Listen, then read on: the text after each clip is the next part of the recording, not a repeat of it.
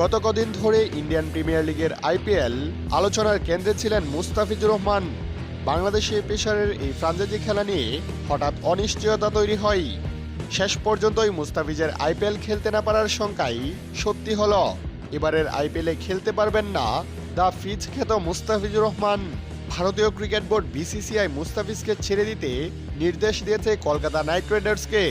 আজ ভারতীয় সংবাদ সংস্থা পিটিআইকে বিসিসিআইয়ের সাধারণ সম্পাদক দেবজিৎ সাইকিয়া বলেছেন, সাম্প্রতিক ঘটনার কারণে বিসিসিআই কেকেআর ফ্রাঞ্চাইজিকে নির্দেশ দিয়েছে যে তারা তাদের স্কোয়াড থেকে বাংলাদেশের খেলোয়াড় মুস্তাফিজুর রহমানকে মুক্তি দেবে।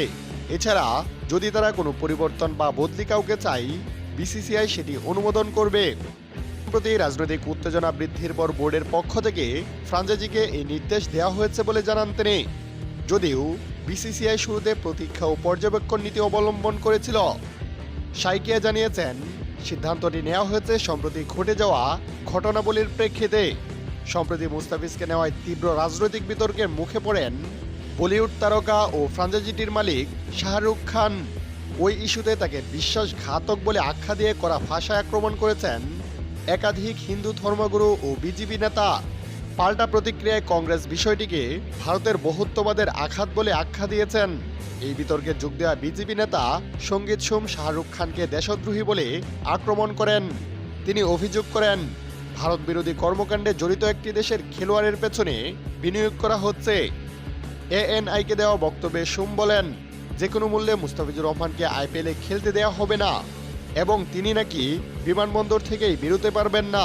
তবে এর আগে এমন আলোচনার মধ্যেই মুস্তাফিজের আইপিএল খেলা নিয়ে কোনো শঙ্কা দেখছিলেন না বিসিসিআইয়ের এক কর্মকর্তা।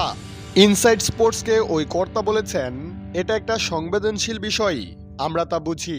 আমরা সবসময় সরকারের সঙ্গে যোগাযোগ রাখি কূটনৈতিক পরিস্থিতি নিয়ে, কিন্তু বাংলাদেশি ক্রিকেটারদের নিষিদ্ধ করার মতো কোনো নির্দেশ এখনও আসেনি। বাংলাদেশ তো আমাদের শত্রু দেশ নয়, তাই মুস্তাফিজ অবশ্যই আইপিএলে খেলবেন। উল্লেখ্য, 2016 সালে সানরাইজার্স হায়দ্রাবাদের হয়ে আইপিএল অভিষেক হয় মুস্তাফিজের।